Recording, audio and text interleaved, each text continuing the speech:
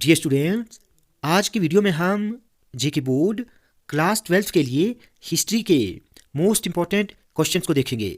Students याद रहे, इन questions को लर्न करके आप 60 टू 70 मार्क्स आसानी से हासिल कर सकते हैं। तो चलिए स्टार्ट करते हैं। सबसे पहले मैं आपको बता दूं कि आपकी हिस्ट्री 3 पार्ट्स में डिवाइडेड है।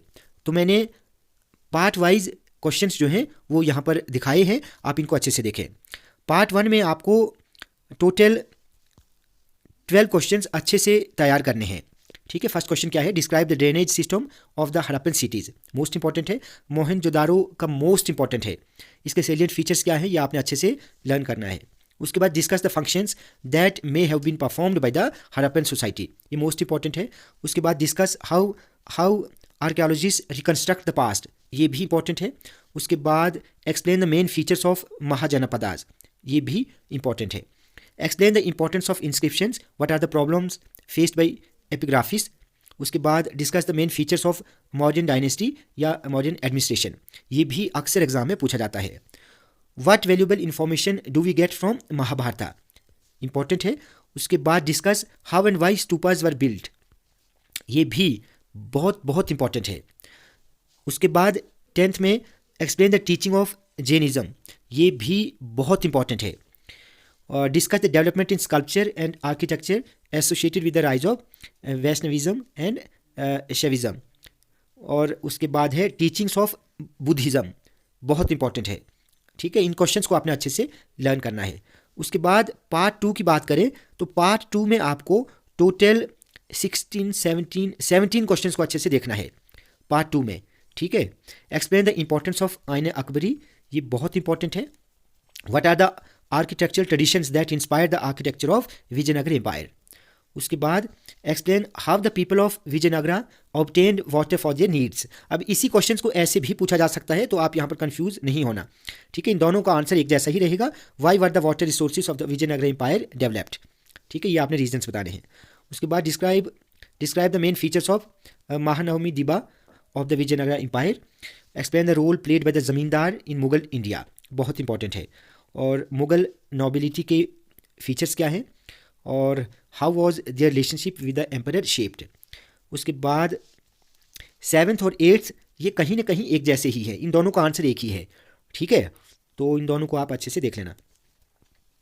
Discuss the ways in which panchayats and headman regulated the rural society. Explain the main features and importance of भक्ति मूवमेंट, बहुत इंपॉर्टेंट है, अच्छे से इसको लर्न करना। और साथ ही teachings of Baba Guru Nanak and Kabir, ये भी बहुत इंपॉर्टेंट है। उसके बाद main beliefs and practices of Sufism, इस क्वेश्चन को भी आप अच्छे से तैयार करेंगे। हु वर अलवर्स एंड नैमर्स, ये बहुत इंपॉर्टेंट है। इब्न बतूता और बर्नी कौन थे, इनके बारे में आपने अच्छे से लिखना है कि इन्होंने क्या काम किया। ठीक है, उसके बाद है explain the main features of Kitabul Hind. ठीक है, ये भी आपने देखना है, इसका ऑथर कौन है, ये सब कुछ आप अच्छे से तैयार करेंगे। 16th क्वेश्चन अक्सर एग्जाम में पूछा जाता है। ठीक है, इसको भी आप अच्छे से लर्न करेंगे। उसके बाद what is meant by varna system, what was the ideal occupation for each varna. ठीक है, ये भी आप तैयार करेंगे। उसके बाद लास्ट पार्ट है आपका part 3, why was the cabinet mission sent to India, what were the main features of this plan, white and black town क्या था और इसकी सिग्निफिकेंस क्या थी, ये भी आपने बताना है। परमानेंट सेटलमेंट, ये बहुत इंपॉर्टेंट है, ये हम 8th क्लास से ही पढ़ते आ रहे हैं।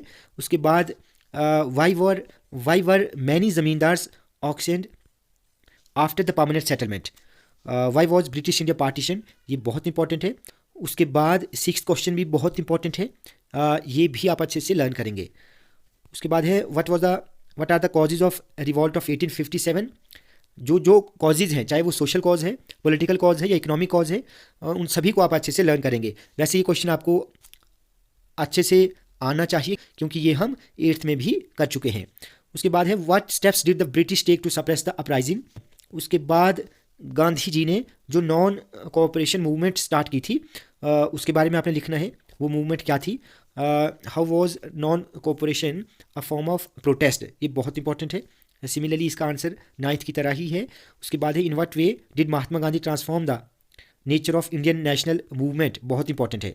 महात्मा Gandhi thought that the Hindustani should be the national language, explain, ये भी इंपॉर्टेंट है, अक्सर एग्जाम में पूछा जाता है। Why was the charkha chosen as the symbol of nationalism, Quit India movement क्या है, इसको आपने एक्सप्लेन करना है।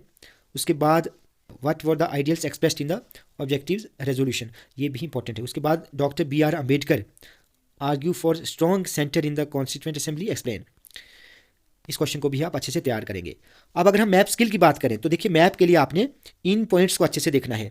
ये सभी जितने भी नाम यहाँ पर हैं ये आपको पता होना चाहिए कि ये इंडिया में कहाँ पर हैं, क्योंकि यही इन्हीं में से आपको एग्जाम में पूछे जाएंगे कि show and label the following on the Indian political map. जैसे दिल्ली आपको पता होना चाहिए, आगरा, वाराणसी, सरनाथ, लखनऊ, मीरठ है, विजयनगर है, कलिंगा है, सूरत, बंगाल, कालीबंगन, अहमदाबाद, शिमला, राजगीर, मोहनजोदारो, लोथल, हम्पी, ये सभी आपने अच्छे से तैयार करने हैं। इन्हीं में से आपको 5 मार्क्स का एक मैप पूछा जाएगा। ठीक है स्टूडेंट्स, आज की वीडियो आपको अच्छी लगी हो तो आप प्लीज़ इस वीडियो को ज़्यादा से ज़्यादा लाइक और शेयर करें और चैनल को सब्सक्राइब करना ना भूलें।